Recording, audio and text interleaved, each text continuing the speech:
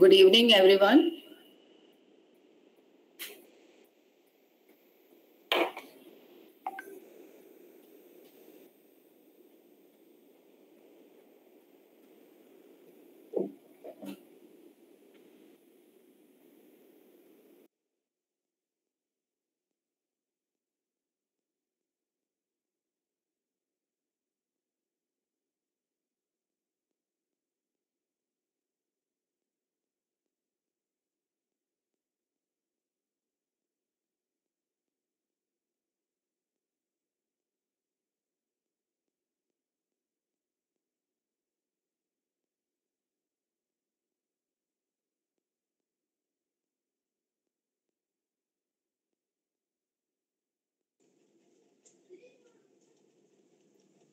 जाने के लिए रेडी है।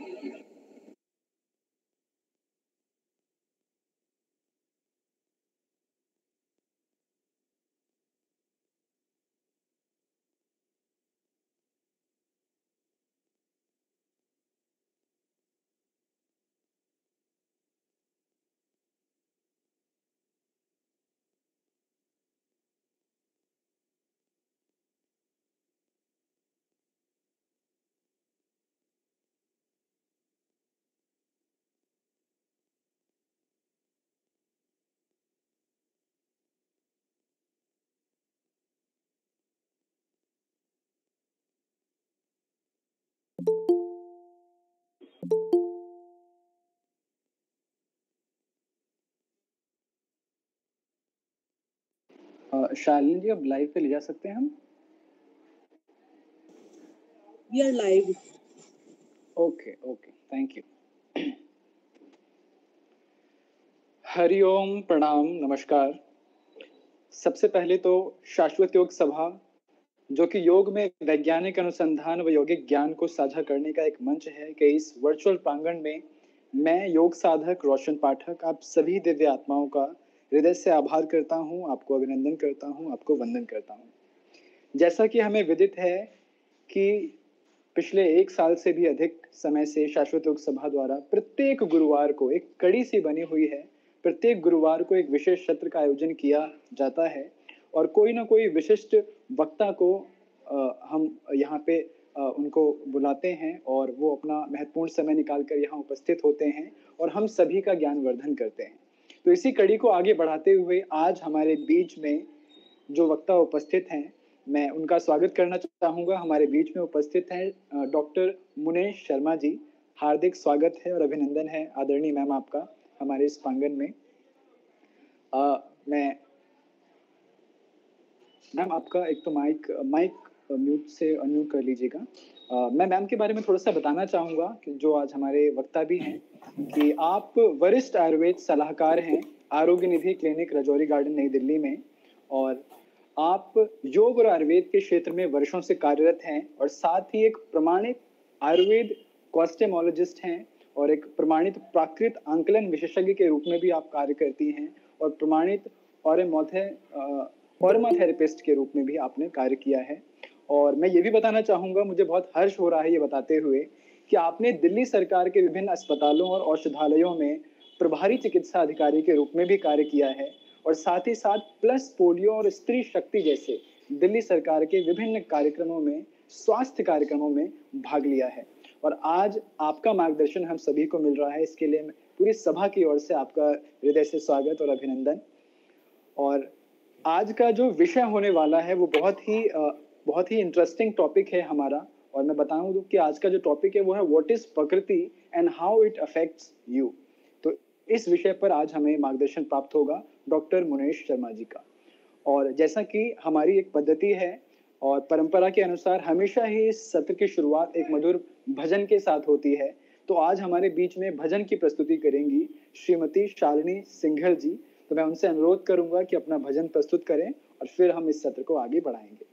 शालिनी सिंघल जी। जी और डॉक्टर मुनीश जी का बहुत बहुत स्वागत। ज़्यादा समय न लेते हुए भजन को प्रारंभ करती हूँ।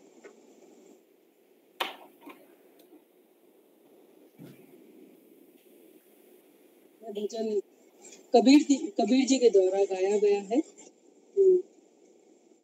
आशा करती हूँ कि आप सबको पसंद आएगा। एक दिन जियो, 2 दिन जियो, जियो वर्ष 50 कह गए कबीर सुनो भई साधो, तो ही मरण केरी आस। चुन चुन माटी महल बनायो, मूरख कह घर मेरा। चुन चुन माटी महल बनाया, मूरख कह घर मेरा।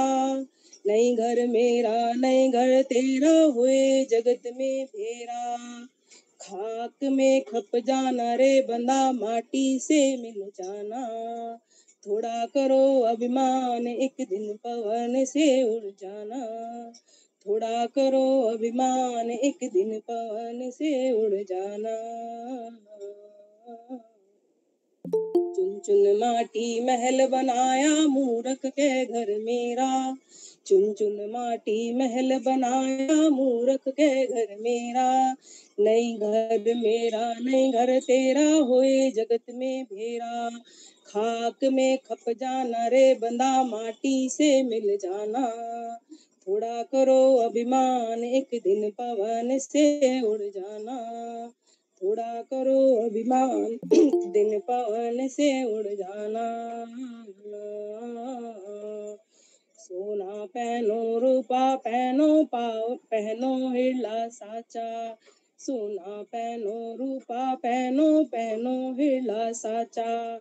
वार वार मोतीड़ा पहनो, तोय मरण की आशा। वार वार मोतीड़ा पहनो, तोय मरण की आशा। खाक में खप जाना रे बंदा, माटी से मिल जाना। थोड़ा करो अभिमान, एक दिन पवन से उड़ जाना। थोड़ा करो अभिमान, एक दिन पवन से उड़ जाना। चुन चुन माटी महल बनाया, मूरख के घर मेरा। चुन चुन माटी महल बनाया, मूरख के घर मेरा। नहीं घर मेरा नहीं घर तेरा, होए जगत में भेरा। खाक में खप जाना रे बंदा, माटी से मिल जाना। नहीं करो अभिमान, एक दिन पवन से उड़ जाना। झाड़ा पहनो जीरा पहनो, पहनो मलमल साचा। झाड़ा पहनो जीना पहनो, पहनो मलमल साचा। रुपया पावल मशरू पहनो, तोय मरण केरी आशा। रुपया पावल मशरू पहनो, तोय मरण केरी आशा। खाक में खप जाना रे बंदा, माटी से मिल जाना। नहीं करो अभिमान, एक दिन पवन से उड़ जाना। थोड़ा करो अभिमान, एक दिन पवन से उड़ जाना। चुन चुन माटी महल बनायो, मूरख के घर मेरा। चुन चुन माटी महल बनाया, मूरख के घर मेरा। नहीं घर मेरा नहीं घर तेरा, होए जगत में भेरा। खाक में खप जाना रे बंदा, माटी से मिल जाना। नहीं करो अभिमान, एक दिन पवन से उड़ जाना। थोड़ा करो अभिमान, एक दिन पवन से उड़ जाना।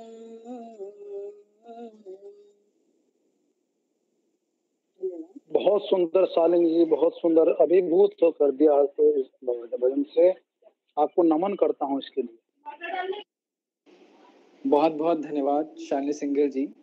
और इतनी मग्न थी आप भजन को गाने में कि भजन का तो आनंद हम ले ही रहे थे, साथ में आपकी जो एक संलग्नता थी इस भजन के पीछे उसको भी हम देख रहे थे। तो बहुत ही आनंद आया कि एक तो इतना सुंदर विषय का आज सत्र ये रखा गया और ऊपर से इतना सुंदर भजन जब हमें, जिसके बोल ही अपने आप में इतने स्पष्ट थे। तो बहुत बहुत धन्यवाद आपके इस भजन प्रस्तुति के लिए।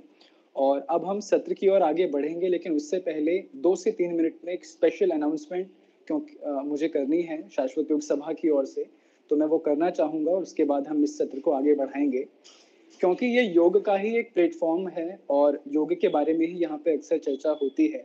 तो जब योग की बात आती है तो महर्षि पतंजलि का नाम हम सभी ने सुना है और उनको पढ़ते हैं, उनको सुनते समझते हैं। तो जब महर्षि पतंजलि की बात करते हैं तो महर्षि ने हमेशा अभ्यास की बात की है। और अभ्यास के बारे में उन्होंने योग सूत्र में लिखा है कि तत्र स्थितो यत्नोभ्यासा, यानी कि किसी काम को थोड़े समय के लिए किया जाए वो अभ्यास नहीं कहलाता। अभ्यास तो वो है जो निरंतर और प्रयत्न के साथ किया जाए, उसे अभ्यास कहते हैं।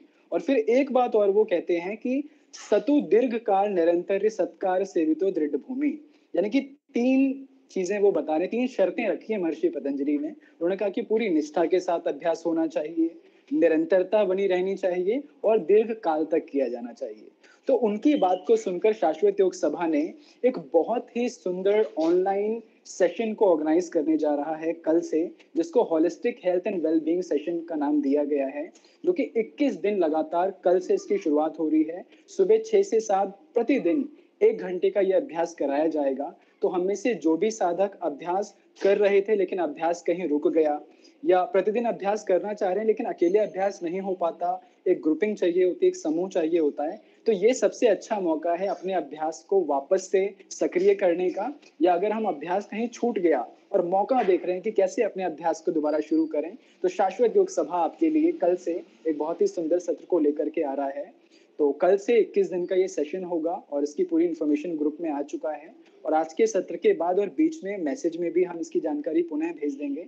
तो जो लोग अभी भी रजिस्टर नहीं करवा पाए हैं, वो अभी भी समय है, रजिस्टर कर सकते हैं और कल सुबह से शुरू होने वाले इस सत्र का अंग बन सकते हैं, इसमें भाग ले सकते हैं और अपनी प्रैक्टिस को कंटिन्यू कर सकते हैं। तो थैंक यू सो मच। ये अभी इन्फॉर्मेशन मैसेज में भी आ जाएगा। और अब मैं हमारे आज के विशिष्ट वक्ता जो कि हमारे बीच में उपस्थित हैं, डॉक्टर मुनेश शर्मा जी, उनसे अनुरोध करूंगा कि आज के अपने वक्तव्य की शुरुआत करें। आदरणीय। Thank you. Thank you, Roshan ji, and thank you, Shalini ji, for your enlightening words, kind words. और शालिनी जी, आपने भजन इतना सुंदर सुनाया है कि मंत्र मुग्ध हो गए। मतलब दोबारा जो है वो लाइफ की बहुत सारी चीजें, एंड ऑफ द लाइफ जो हमें जीनी चाहिए और जो एक मकसद है लाइफ का, वो आपने अपने भजन के थ्रू हमको बताया। और मैं रमन जी का बहुत तहे दिल से शुक्रिया अदा करती हूँ कि उन्होंने मुझे इस प्लेटफॉर्म पर बुलाया, और उनका विश्वास जो है मैं रख सकूं, ये मेरी एक कोशिश रहेगी। और इसी के साथ मैं अपना जो है प्रकृति का शुरू करना चाहूंगी।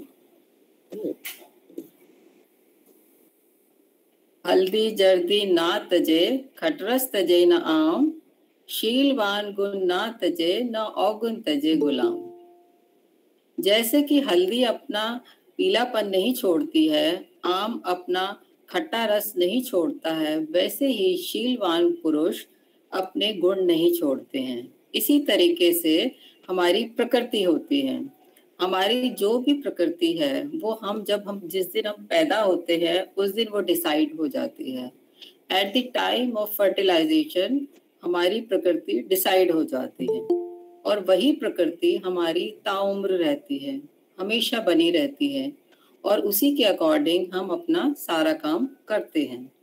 बट क्या है कि प्रकृति शुरू करने से पहले हम ये जानते हैं कि why prakriti is so important in Ayurveda, why Ayurveda always focus on the determination of individual प्रकृति।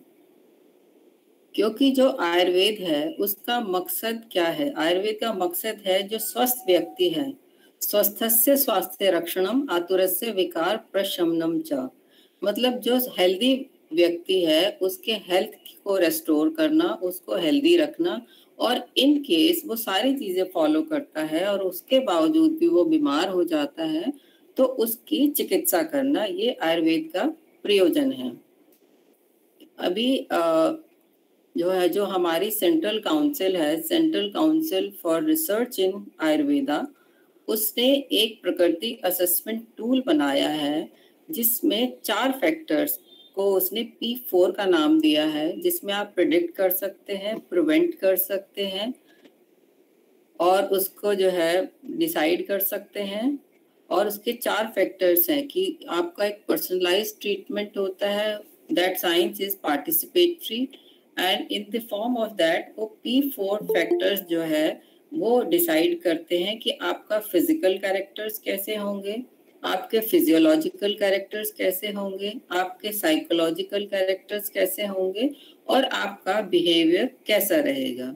इसी को उन्होंने एक असेसमेंट टूल के अकॉर्डिंग जो है उस गाइड किया है, और उसमें जो है सब लोगों को उन्होंने बताने की कोशिश की है कि जो आयुर्वेद का प्रकृति है वो एक साइंटिफिक टूल है, और उसको जो है आप अपने डे टू डे लाइफ में करके आप बहुत सारे डिजीजेस से प्रिवेंट भी कर सकते हैं, और आप अपनी लाइफ को स्मूथली आगे चला सकते हैं।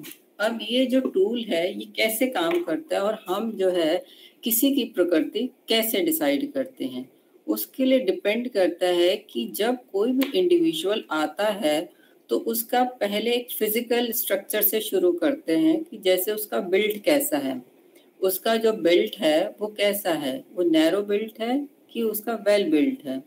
अब जो नैरो बिल्ट है उसमें भी जो है आपको उसको स्पेसिफाई करने के लिए उसका बॉडी मास इंडेक्स है उसके अकॉर्डिंग देखा जाता है। जैसे हम ये बोलते हैं कि कोई भी इंडिविजुअल थिन बिल्ट है, तो थिन बिल्ट से मतलब there should be a parameter, कैसे पता लगेगा कि कोई नैरो बिल्ट है, कि कोई ब्रॉड बिल्ट है, कि कोई मीडियम बिल्ट है।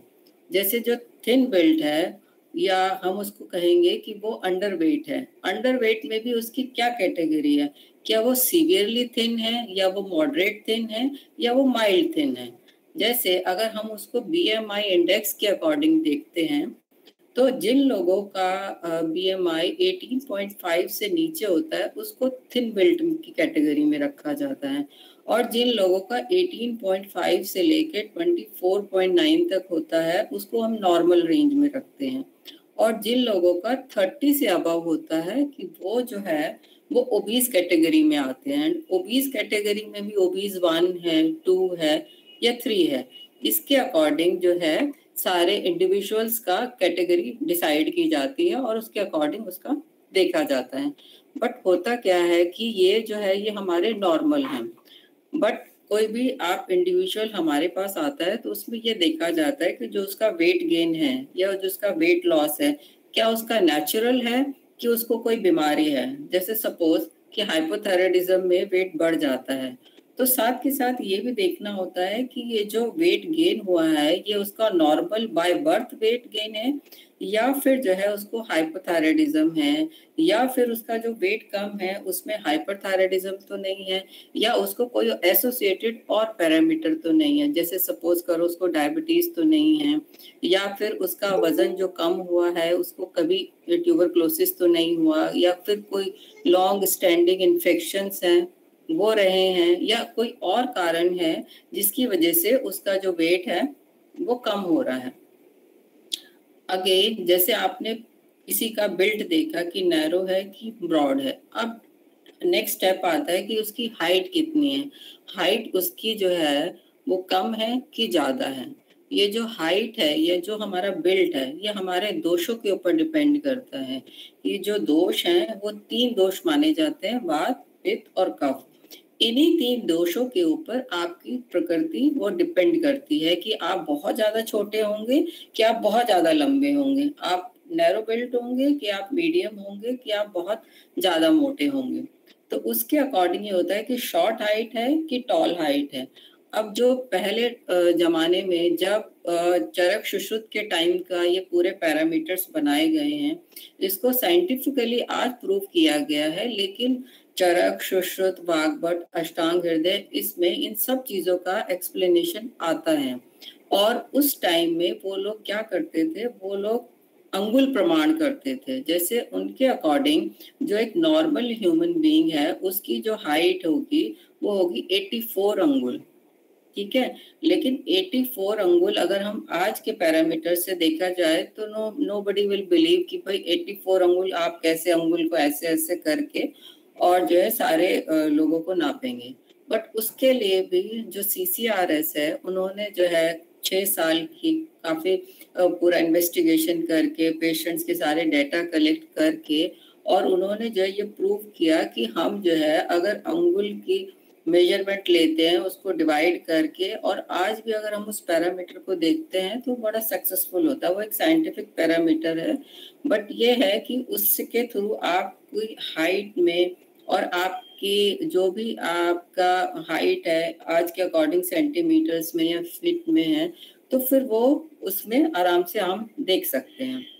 दूसरा इसमें आता है कि जैसे जो नॉर्मल रेंज है वो मानी जाती है कि 80 टू 88 अंगुल के बीच में होगा।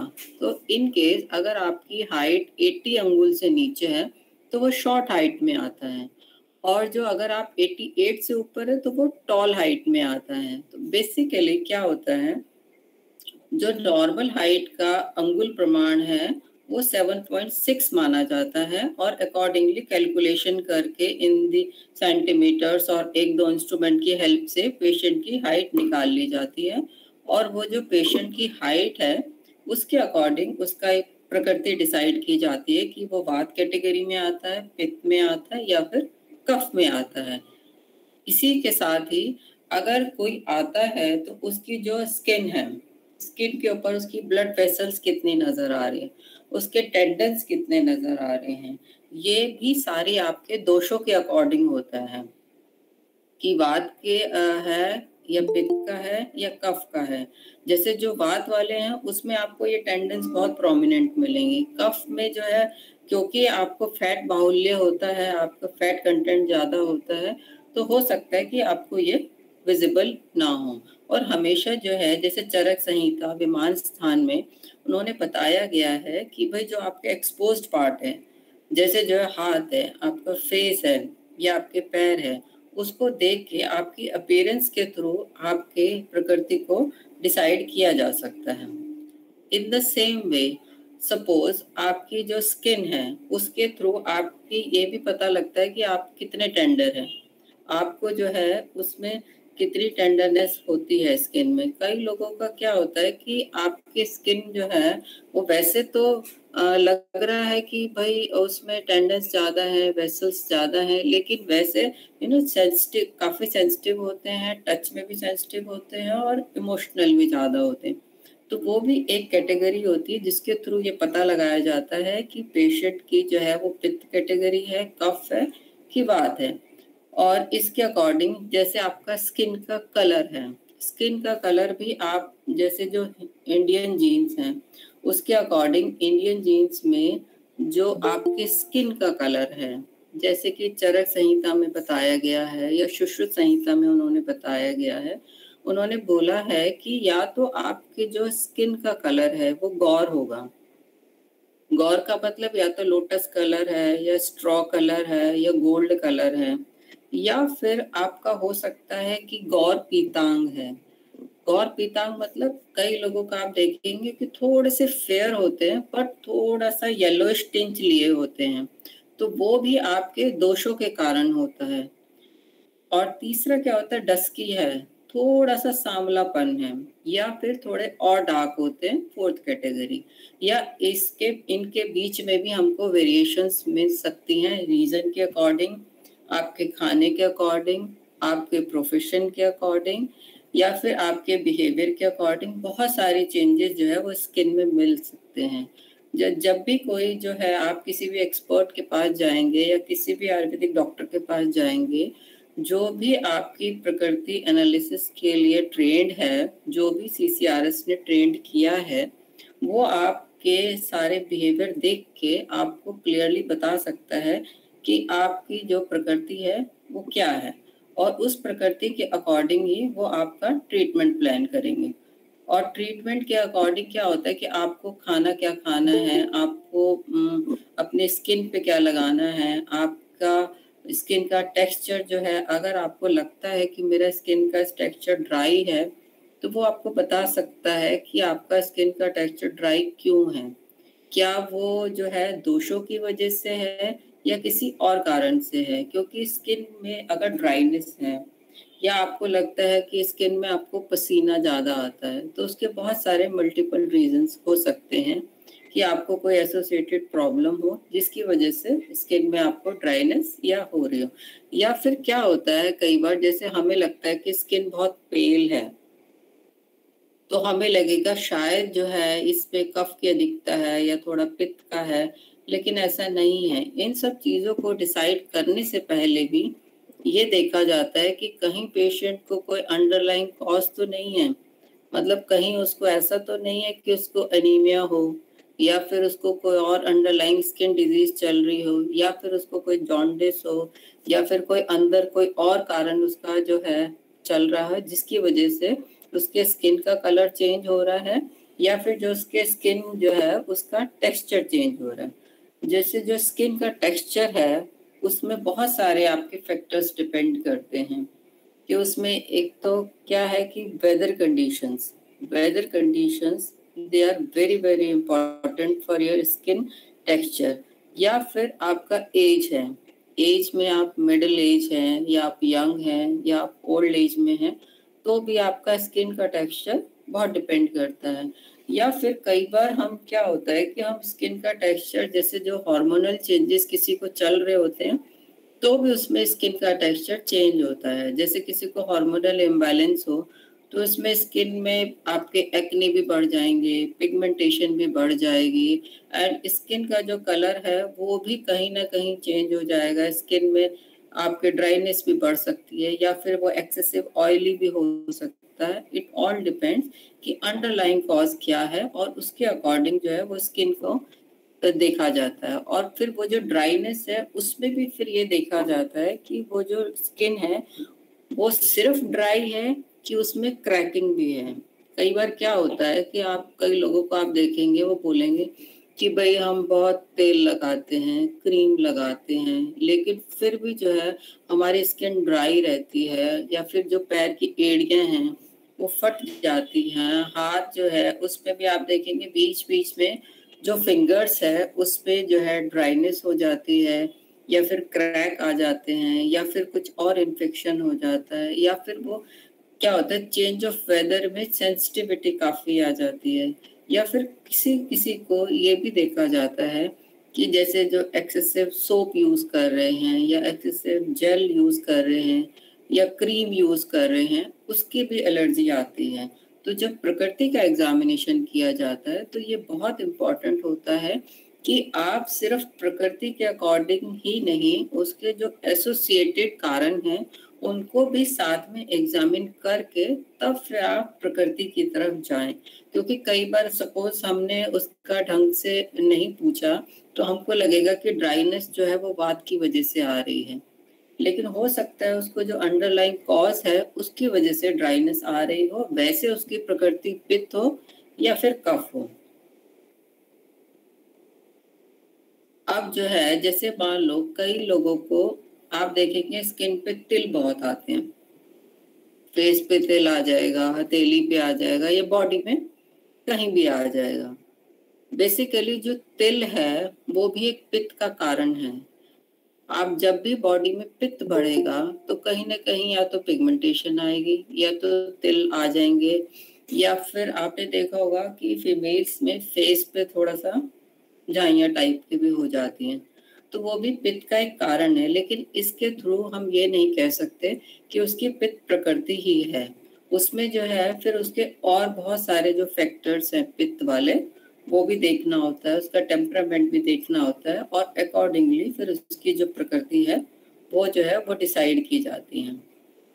साथ में जब स्किन का एग्जामिनेशन किया जाता है तो ये भी देखा जाता है कि जो उसकी स्किन है उसमें जो रिंकल्स हैं, जो उसकी झुर्रियां हैं, क्या वो एज के अकॉर्डिंग है या वो एज से पहले हैं, या फिर है एज हो गई है लेकिन फिर भी स्किन पे कोई ऐसे रिंकल्स वाले निशान नहीं हैं।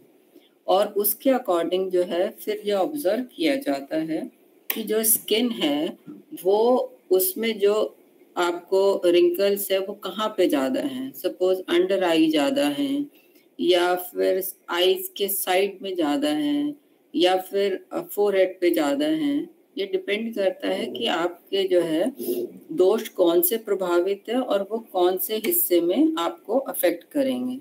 जैसे अगर किसी को 40 इयर्स से पहले रिंकल्स हो जाते हैं तो हम उसको प्री मेच्योर मानते हैं, और उसको जो है फिर अकॉर्डिंगली उसमें ट्रीट किया जाता है। उसके कारण देखे जाते हैं कि इंटरनल कारण क्या है और एक्सटर्नल कारण क्या है।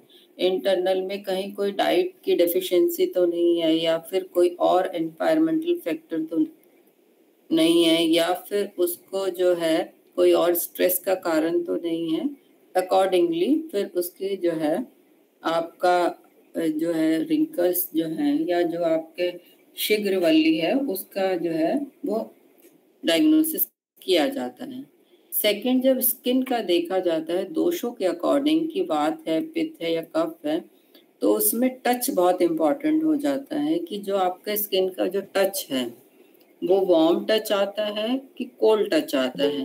आप जो है जब आप स्किन पे हाथ लगाते हैं, जैसे कई लोगों से आप मिलेंगे या जैसे अभी तो कोविड के उसमें कोई हैंडशेक नहीं कर रहा है, बट जनरली जैसे जो हैंडशेक करते हैं उसमें जो वो फील करते हैं कि भाई मैंने उससे हैंडशेक किया, उसका हाथ बहुत ठंडा था या गर्म था या सॉफ्ट था टच में, तो इस हिसाब से उसकी जो टच है वो भी आपके दोषों के अकॉर्डिंग ही होती है।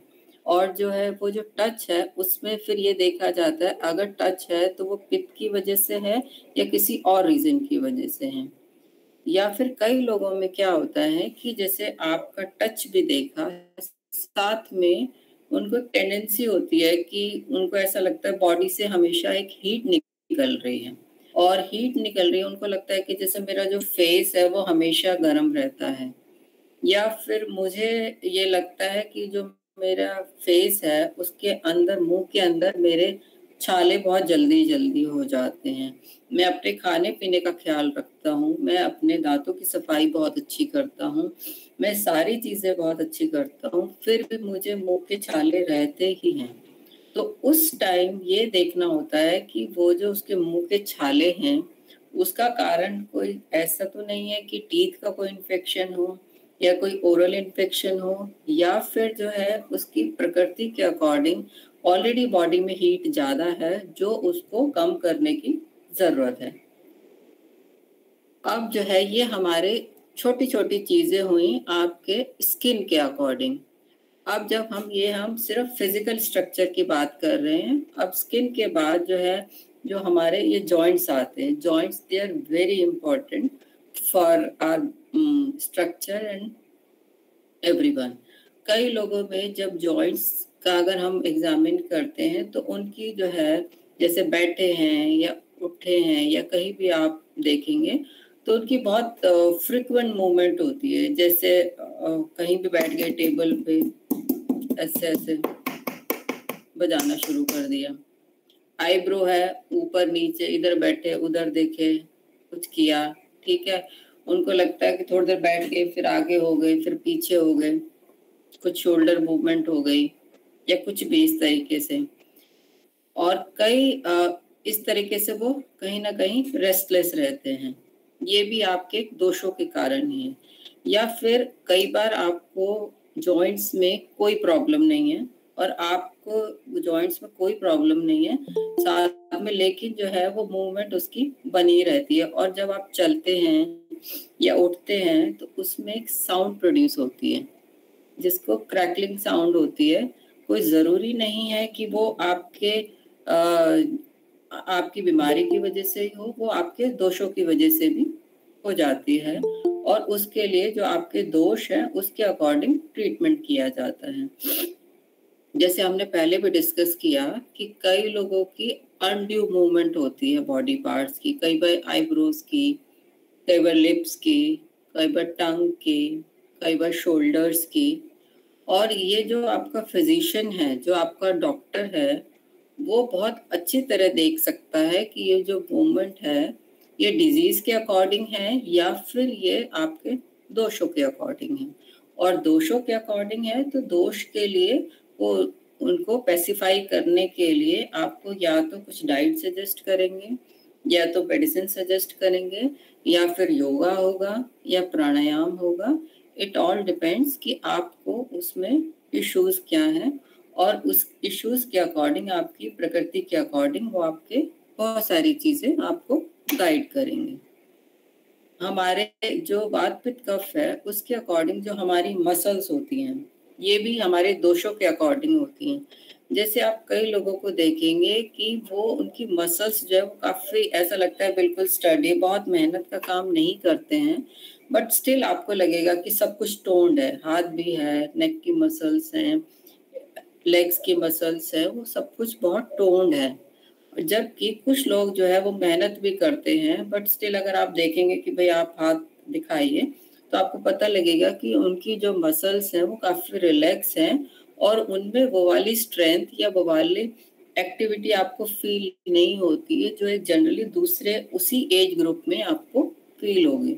तो इसमें भी फिर आपको साथ में ये भी देखना है कि भाई वो जो आपका मसल मास है, वो जो लेग्स टिश्यूज हैं वो आपके किस वजह से हैं। क्या जो है आपने कभी कोई जिम किया और अचानक छोड़ दिया, उसकी वजह से जो है आपके जो मसल्स हैं वो रिलैक्स हो गए हैं, या फिर जो है आप जब शुरू से बाय बर्थ जब आप 5 साल 7 साल या 10 साल के थे तब से जो है वो टिश्यूज जो है वो रिलैक्स रहे हैं और उसके अकॉर्डिंगली जो है वो आपके जो है सारा ट्रीटमेंट वो प्लान होता है।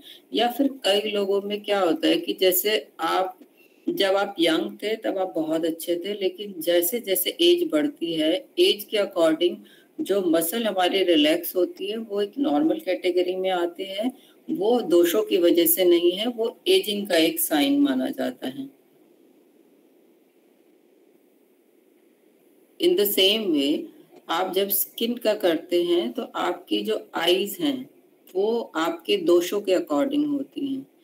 जैसे जो आपकी आईज हैं वो आपकी नैरो हैं कि मीडियम हैं कि बहुत ब्रॉड आईज हैं, खूबसूरत मोटी मोटी आईज हैं, तो वो जो है वो किस वजह से हैं, वो भी आपके दोषों की वजह से हैं।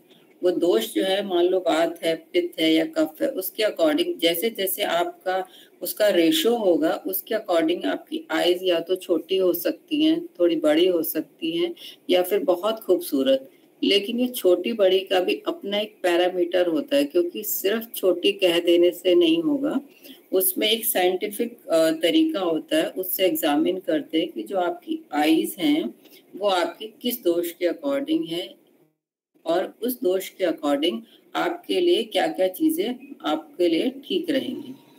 अब जैसे सपोज किसी की आंखें बहुत बड़ी हैं तो वही कफ का कारण माना जाता है कि भाई जो कफ वाले व्यक्ति है उनकी आंखें जो है बहुत खूबसूरत होती हैं। साथ में जो है सिर्फ आपकी जो आंखें हैं उनका चौड़ाई ही नहीं देखते, उसमें देखते हैं आपकी आई लैशेस कैसी हैं, क्या वो आई लैशेस कम है कि ज्यादा है।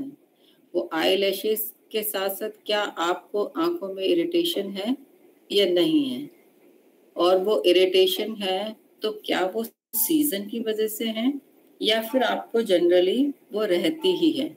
या फिर आप कुछ लोगों से मिलेंगे तो आपको लगेगा कि लगता है सोई सोई है, शायद वो ढंग से सोए नहीं है या उनकी नींद पूरी नहीं हुई है, या किसी किसी की आंखें ब्लिंक करने की बहुत आदत होती है, बहुत जल्दी जल्दी वो ब्लिंक करते हैं।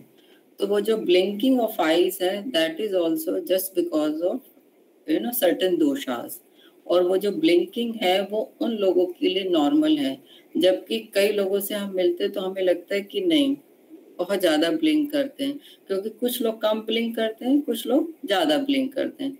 तो this is just because of दोषास।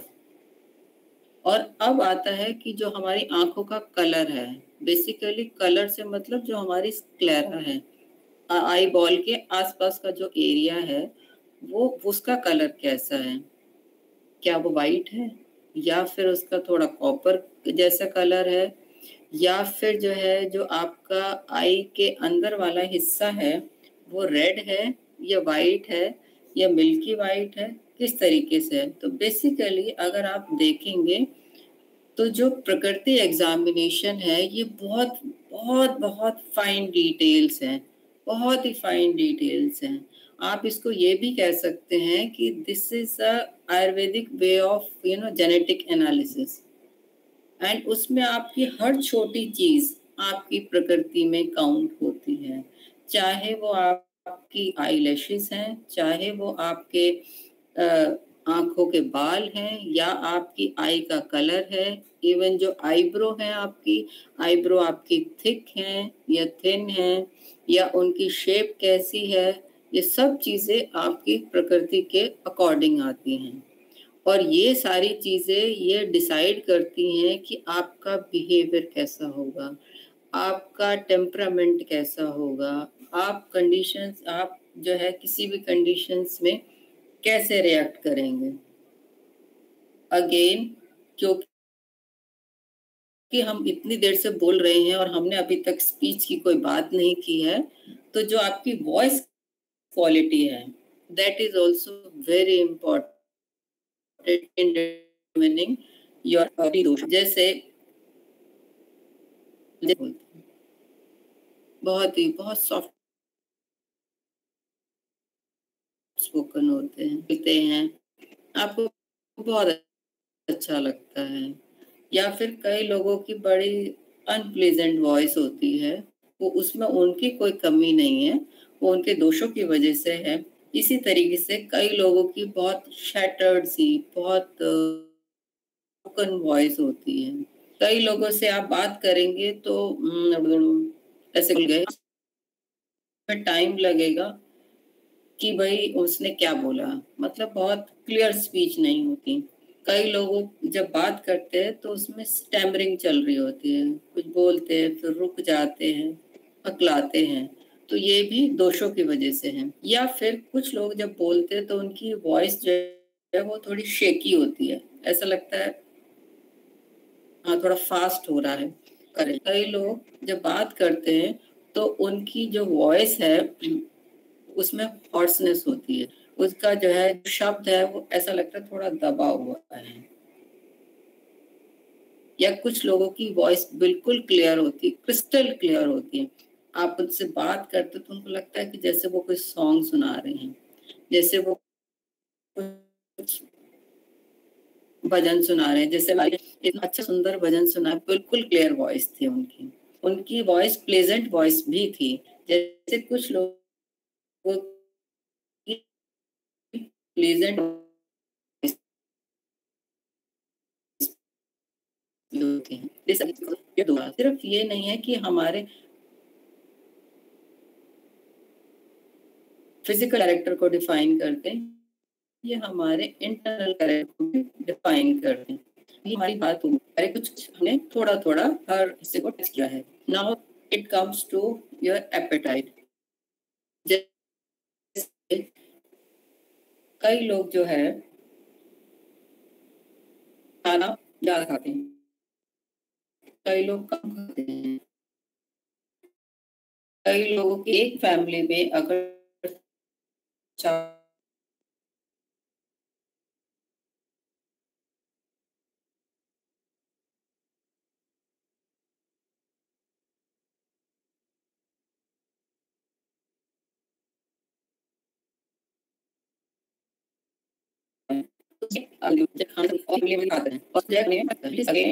कई लोग की फ्रिक्वेंसी कम होती है लेकिन वो ज्यादा खाते हैं, कई लोग ज्यादा खाते हैं लेकिन जो है कभी कभी वो जल्दी खा लेते हैं, कई बार वो उनको टाइम लगता है। इस जो आपकी हंगर है उसमें भी कुछ लोग उसको टॉलरेट कर पाते हैं और कुछ लोग नहीं टॉलरेट कर पाते हैं, और उनको जो है ये लगता है कि अभी भूख लगी है, उन्हें अभी चाहिए, चाहे उनको कुछ भी दो बट उनको एक टाइम पे खाना चाहिए, एक सिस्टमैटिक चाहिए, एक प्रॉपर प्रेजेंटेशन होना चाहिए, कैसे भी रख के दे दिए नहीं।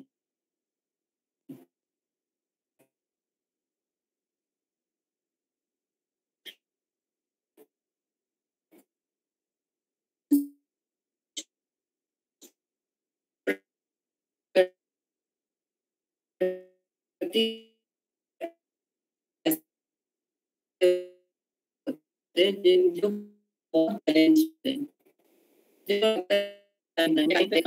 वो 1 मिनट भी कैसे इनके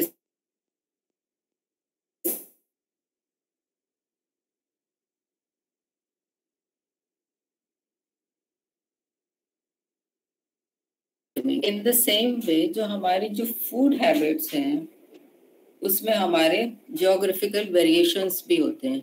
जैसे आप साउथ इंडिया में जाएंगे तो वहाँ पे इडली है, डोसा है, उस तरह का वेरिएशन ज्यादा मिलता है। या आप नॉर्थ इंडिया में जाएंगे तो वहाँ पे रोटी, सब्जी, दाल, चावल इस तरह का वेरिएशन होता है। तो आपकी जो प्रकृति है उसके अकॉर्डिंग जो है आपके जब खाने का या आहार का डिसाइड किया जाता है तो उसमें आपके जॉग्राफिकल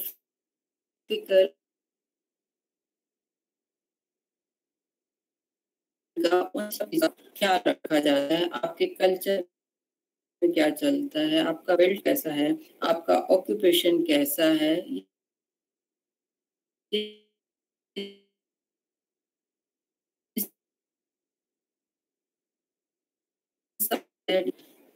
और इसमें जो आपका डाइट है उसमें भी क्या होता है कि कुछ लोग जो है वो एक्सेस क्वांटिटी ले रहे हैं लेकिन कम दिन में 2 बार खाते हैं। कई लोग जो है वो कम क्वांटिटी लेते हैं लेकिन उनको हर थोड़ी थोड़ी देर में कुछ ना कुछ चाहिए होता है खाने के लिए, क्योंकि वो उनके दोषों के अकॉर्डिंग है। उनकी जो जठराग्नि है वो इतनी तीक्ष्ण होती है कि वो जो भी आहार खाते हैं वो उसका जल्दी पच जाता है और उनको वो टाइम से जो है उनको फटाफट फटाफट कुछ ना कुछ चाहिए होता है, जल्दी जल्दी जल्दी।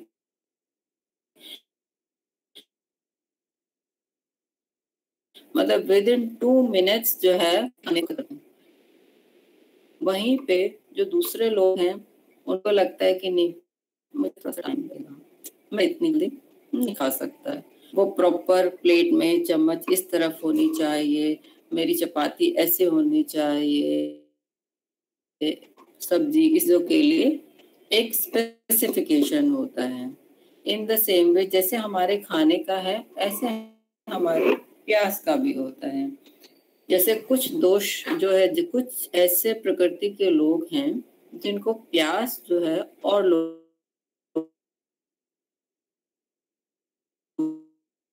से ज्यादा लगती है, जब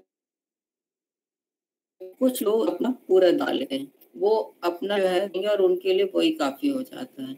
जबकि कुछ लोगों के लिए अगर वो 10 ग्लास भी पीते हैं तो फिर उनको लगता है कि नहीं मैंने आज पानी कम पिया है। तो ये आपके दोषों के अकॉर्डिंग है। अगर हम इसको साइंटिफिकली देखें तो हम ये डिसाइड करते हैं कि आपने जो पर डे वाटर लिया है वो लेस देन 1 लीटर लिया है या 1 to 2 लिया है या उससे ज्यादा लिया है।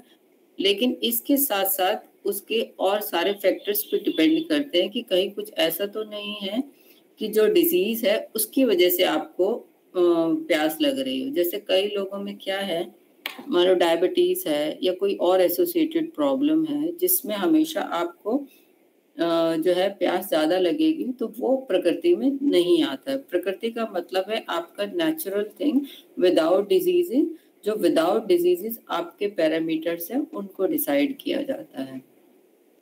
इन द सेम वे आपको पसीना कितना आता है, आपको जो है जैसे सपोज आप रूम में बैठे हुए हैं तो आपको पसीना नॉर्मल जो है एक फैमिली के 4 लोग बैठे हुए हैं, 3 को पसीना नहीं आ रहा है तो आपको पसीना आ रहा है। यदि आपका कोई एसोसिएटेड कारण नहीं है या फिर कोई डिजीज ऐसी नहीं है जो आपके पसीने का कारण बने, तो फिर ये आपको ये देखना होता है कि जो आपका दोषों की फ्रिक्वेंसी है या दोषों की इंटेंसिटी है वो कितनी है। उसके अकॉर्डिंग ही दोषों के अकॉर्डिंग ही आपका जो है आपकी शमन चिकित्सा प्लान होती है या फिर शोधन चिकित्सा प्लान होती है। मान लो किसी का पित्त बहुत बढ़ा हुआ है तो उसको पसीना बहुत आएगा तो उसको लगेगा कि जो है मुझे क्यों है, तो फिर उसमें जो है जो पित्त बढ़ा हुआ है तो उसके अकॉर्डिंगली जो उसका पित्त नाशक ट्रीटमेंट है या जो पित्त शामक है उसके अकॉर्डिंग वो किया जाएगा। या फिर कई लोगों का क्या होता है कि जैसे बहुत मेहनत की है, 2 घंटे 3 घंटे किया, समर्स में तो खैर सभी को पसीना आता है, लेकिन अगर वेदर बहुत प्लेजेंट है या आपको ऐसा लगे कि नॉर्मल जो है सब लोगों को पसीना नहीं आ रहा है, उस कैटेगरी में भी कुछ लोग ऐसे होते हैं जिनको आप मेहनत करने के बाद भी बहुत कम पसीना आता है, तो वो भी आपके जो है दोषों के अकॉर्डिंग ही है। या फिर जैसे आपको पसीना है, पसीने में स्मेल कैसी है। कई लोगों के पसीने में इतनी स्मेल होती है, इतनी स्टिंकिंग स्मेल होती है कि आप उनके साथ बैठ नहीं सकते हैं। आपको लगता है ओफो बहुत ज़्यादा स्मेल हो गया। और कई लोगों का क्या होता है कि जो स्वेट होता है, जो पसीना होता है, उसमें कोई ऑर्डर ही नहीं होता है, तो उनके लिए वो भी उनके दोषों के अकॉर्डिंग ही होता है। इन द सेम वे जो हमारी स्लीप है, जो हमारी नींद है, कई लोग जो है अल्प निद्रा होती है उनकी, उनको आप जरा सा आहट देंगे तो फिर वो फटाफट जग जाते हैं। या फिर कुछ लोगों को आप हाथी घोड़े बैंड बाजे कुछ भी बजा लो, उनको सोना है तो मतलब सोना है। ये भी सब कुछ आपके दोषों के अकॉर्डिंग है, आप चाह के भी इसको बदल नहीं सकते।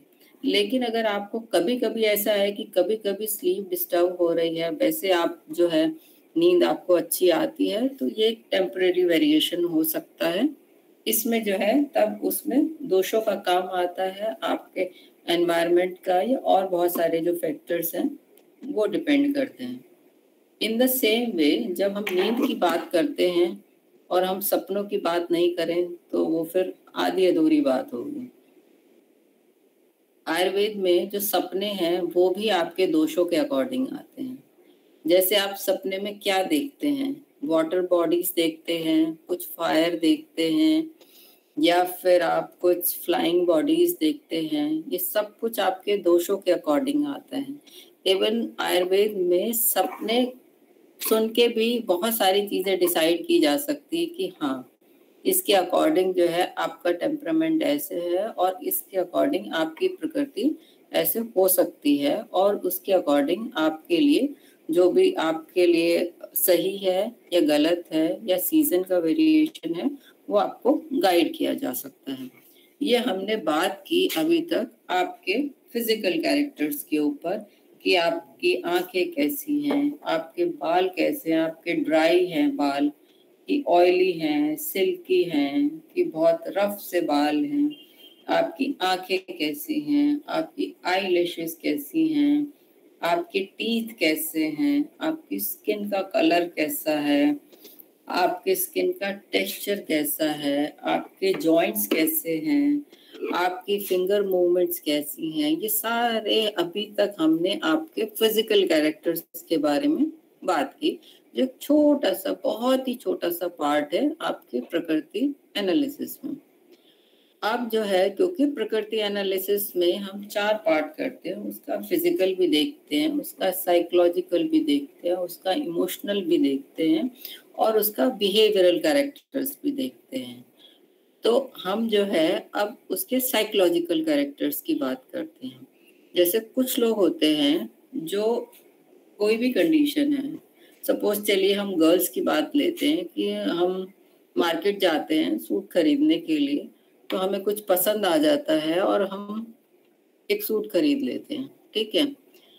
लेकिन घर आते हैं लगता है ओहो पैसे वेस्ट कर दिए, इससे बढ़िया तो वो रेड वाला लेना चाहिए था, रेड वाला ज़्यादा अच्छा लग रहा था, कल इसको चेंज करना पड़ेगा, ये इसमें मज़ा नहीं आया।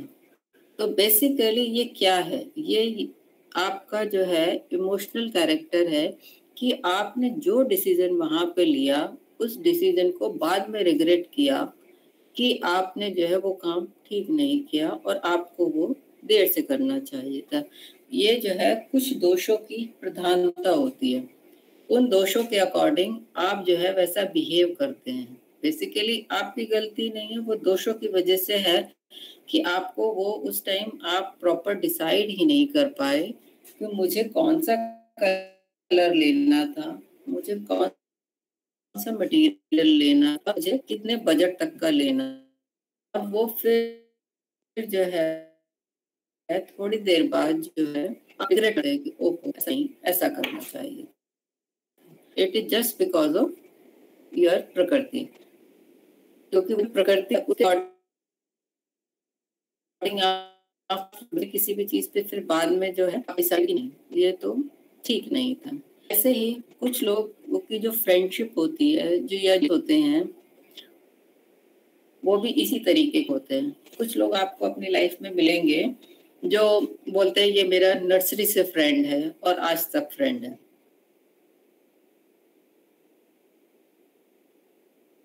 बहुत अच्छी बात है, उनके बहुत गिने चुने फ्रेंड होते हैं तरीके से। बट कुछ लोग ऐसे होते हैं जहां जाते हैं वहां महफिल में रंग जमा देते हैं, हर बंदा उनका फ्रेंड होता है, a friend of all and friend of none. मतलब सबके दोस्त भी हैं और किसी के भी नहीं हैं। बट वो जो है उनकी इतनी अट्रैक्टिव पर्सनालिटी होती है कि उनसे जो है सब लोग फटाफट इन्फ्लुएंस में आ जाते हैं और जो है उनसे दोस्ती करना चाहते हैं। बट क्या होता है, ऐसे लोग कभी भी आपके लॉन्ग रन तक नहीं रहते हैं। उनको लगता है आज मिले, हो सकता है आप उनसे 2 महीने बाद मिले तो उन्हें आपका चेहरा भी याद ना हो, आपका नाम भी याद ना हो, लेकिन जो है क्योंकि पर्सनैलिटी बहुत इम्प्रेसिव होती है तो सब उनके इन्फ्लुएंस में आ जाते हैं। इन द सेम वे कई लोग क्या होता है कि जैसे जो रिश्ता है वो बहुत ही उनकी फिकल फ्रेंडशिप होती है, कई लोगों की स्टेबल फ्रेंडशिप होती है। या फिर कुछ लोग क्या होता है कि जैसे किसी के साथ दोस्ती की, वो 2 महीने 6 महीने रहा, फिर उसको छोड़ दिया, फिर कोई सेकंड, फिर छोड़ दिया, फिर कोई थर्ड। उनकी जो प्रायोरिटीज हैं वो सारी चेंज होती रहती है। इन द सेम वे उनका टेम्परामेंट भी है। उनका टेम्परामेंट जो है वो ऐसा लगता है कि बहुत काम है, बहुत पेशेंट है, बट छोटा सा कुछ भी ट्रिगर पॉइंट आया एकदम आउटबर्स्ट हो जाते हैं। तो वो जो टेम्परामेंट है वो भी आपके दोषों के अकॉर्डिंग है। इसीलिए कुछ लोग शॉर्ट टेम्पर्ड होते हैं, कुछ लोग बड़े काम क्वाइट होते हैं। आप उनको कुछ भी कहो वो पहले सोचेंगे, फिर बड़े ढीले तरीके से जवाब देंगे। उनको लगेगा हाँ ये नहीं, चलो ये देते हैं। और उनको आपको गुस्सा दिलाना इतना आसान नहीं होता। इन ऑन द कॉन्ट्रेरी कुछ लोग ऐसे हैं, गुस्सा भी जल्दी आएगा, शांत भी जल्दी हो जाएंगे। वो भी आपके दोषों के अकॉर्डिंग ही है। आपका टेम्परामेंट भी आपके अकॉर्डिंग नहीं काम करता है।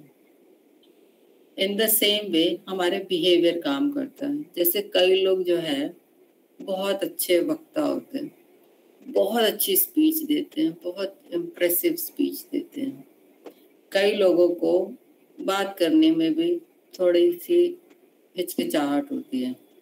उनको लगता है कैसे बात करेंगे, क्या बात करेंगे, कैसे शुरू करेंगे, क्या कहेंगे, कुछ नहीं समझ आता।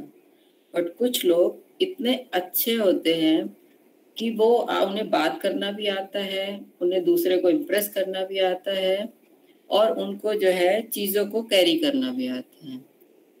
ऑन द कॉन्ट्रेरी कुछ लोग ऐसे होते हैं, उन्हें बस बोलना है, ब्ला ब्ला ब्ला XYZ, कुछ भी बोलना है, इररिलेवेंट बोलना है, बट बोलना है। कई बार उन्हें खुद को नहीं समझ आता कि वो क्या बोल रहे हैं। That is just because of your doshas. कुछ लोग कम बोलेंगे लेकिन बहुत मधुर बोलेंगे और उनकी जो बातें हैं वो आपके बिल्कुल दिल में घर कर जाती हैं। जैसे अगर हम अपने संत उठा के देखें, कबीर के दोहे उठाएं, हम जो है रहीम के दोहे उठाएं, या फिर हमारे जो ऑनरेबल प्रेसिडेंट थे लेट श्री अब्दुल कलाम जी, आप उनकी चीजें सुनो तो ऐसा लगता है कि बस वो जो है बहुत कम बोलते हैं लेकिन इतना अच्छा बोलते हैं, इतना सटीक बोलते हैं कि उनको लगता है कि वाह क्या बात कही उन्होंने। वहीं पे कुछ लोग बहुत डोमिनेंट स्पीकर्स भी होते हैं, उनको कम आता है बट वो बोलते इस तरीके से हैं कि वो फटाफट जो है सब लोगों को इन्फ्लुएंस में ले लेते हैं। कई लोगों को बोलना नहीं आता, बहुत अच्छी नॉलेज होती है, बट क्या होता है वो बहुत सॉफ्ट स्पोकन होते हैं, वो अपनी सॉफ्टनेस से सबके जो है दिलों में अपना रास्ता बना लेते हैं।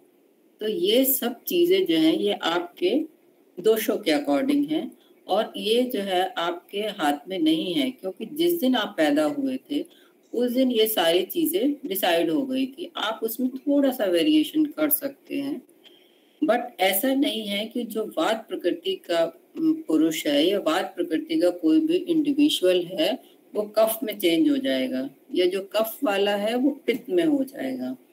बाकी आयुर्वेद के अकॉर्डिंग ऐसा नहीं किसी इंडिविजुअल की एक सिंगल प्रकृति होती है, हमेशा जो है या तो द्वंद्वज मिलेगी या त्रिदोषज मिलेगी।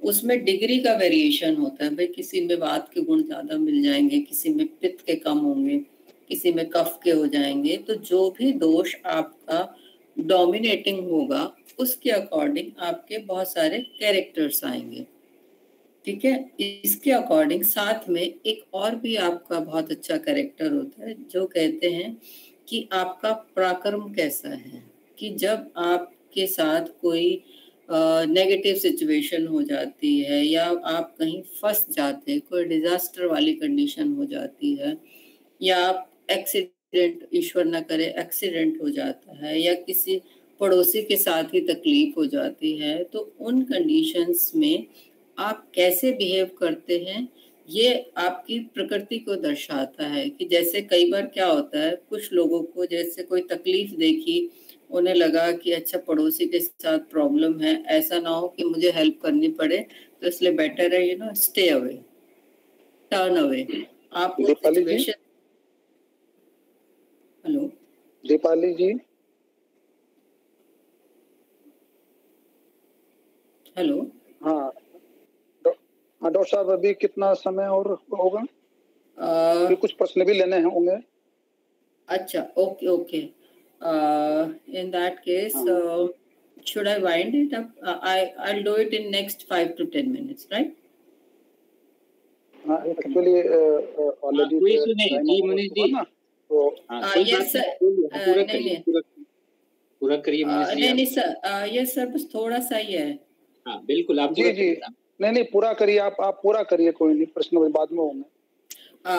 तो ये जितने भी कैरेक्टर्स हैं ये हमारी पर्सनालिटी को अफेक्ट करते हैं, एंड इसके अकॉर्डिंग जो है हमारा करियर, हमारी मैरिज, फ्रेंडशिप, सोशल सर्कल, इन सब चीज़ों में जो है हमारा जो है वो बिहेवियर आता है।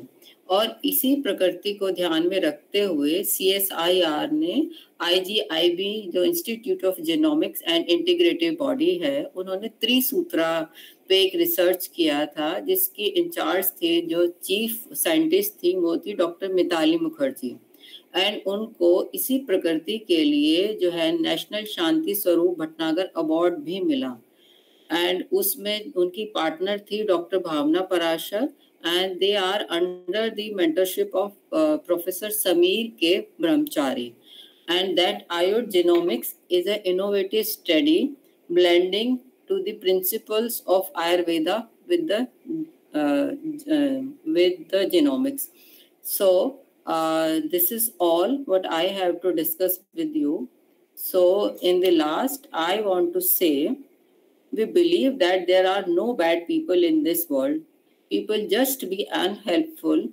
They have an unhelpful attitude, habits, beliefs, and behaviors, which is mainly dependent on their prakriti.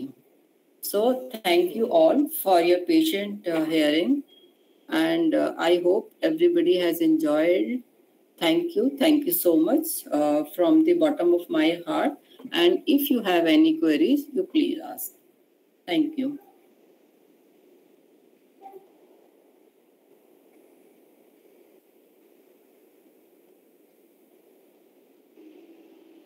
किसी का यदि डॉक्टर मुनीष जी से कोई प्रश्न हो तो आप अभी पूछ सकते हैं।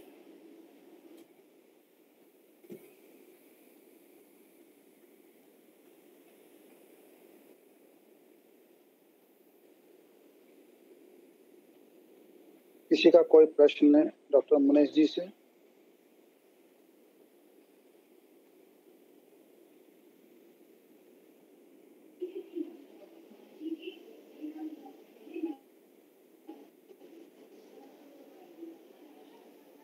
चलिए, मुझे ऐसा लगता है कि आज के इस सेशन के बाद कोई प्रश्न अगर आएगा तो शायद बाद में उसकी चर्चा की जाएगी, लेकिन अभी किसी के मन में शायद कोई प्रश्न नहीं आ रहा है, क्योंकि मुझे लगता है जितनी चर्चा हमारे जो बीच में हमारे वक्ता हैं डॉक्टर मुनीष शर्मा जी, जिन्होंने ये महत्वपूर्ण समय दिया, तो जितनी भी चर्चाएं हुई उन सभी को हम अपने आसपास सराउंडिंग में उसके एग्जाम्पल्स हमने अनुभव किए हैं।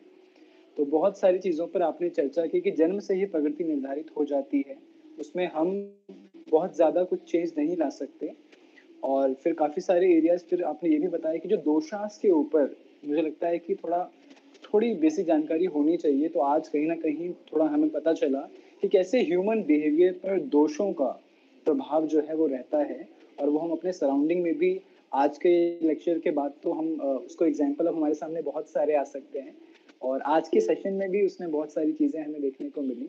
तो मैं पूरे शाश्वत योग सभा की ओर से हृदय से आभार व्यक्त करता हूँ आदरणीय मैम का, कि इतना सुंदर विषय हमारे बीच में और आयुर्वेद के ऊपर विशेष रूप से आपने रखा, और कुछ विशेष जानकारियाँ भी आपने साझा की जो कि रिसर्च बेस्ड जानकारियाँ भी थी।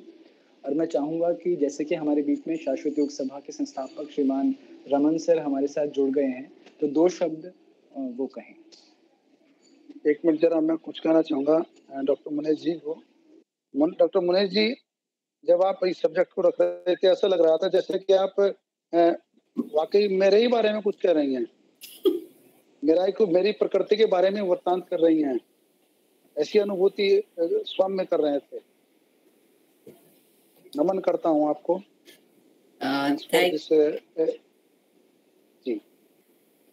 Thank you Rajesh ji.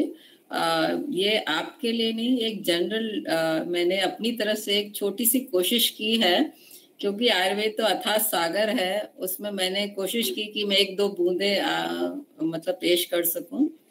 बाकी तो ये तो इतना डिटेल्ड है, आप मतलब कितना भी इसको डिटेल में आप डिस्कस कर सकते हैं।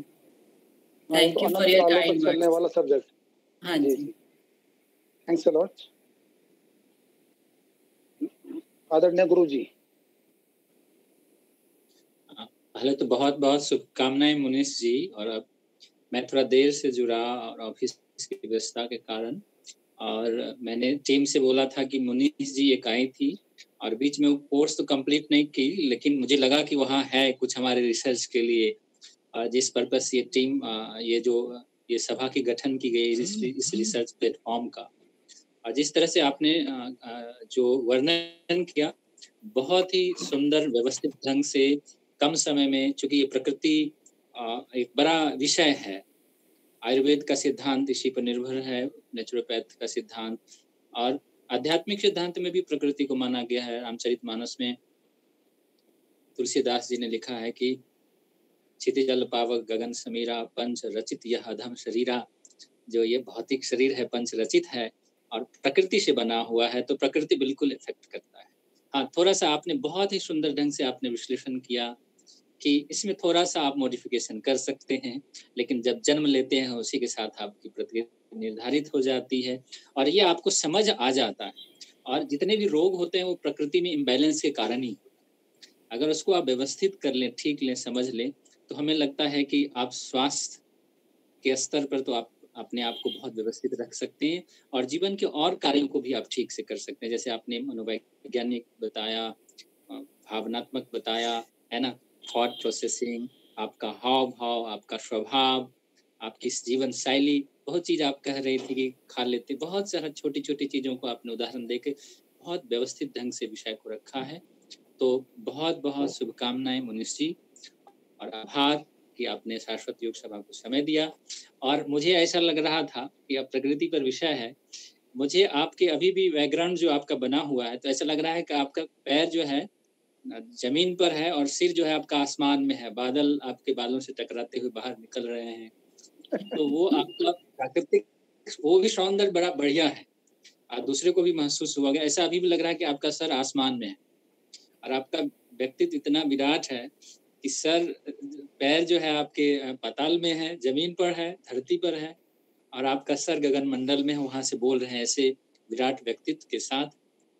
तो आपके जो प्रेजेंटेशन था तो उससे भी वो व्यक्तित्व निखर के आया और वो दिख रहा है। तो बहुत बहुत आभार, शुभकामनाएं, और उम्मीद करते हैं कि ऐसे जो विषय हैं जो आपके पास जो समझ है, चूंकि योग और प्रकृति की चिकित्सा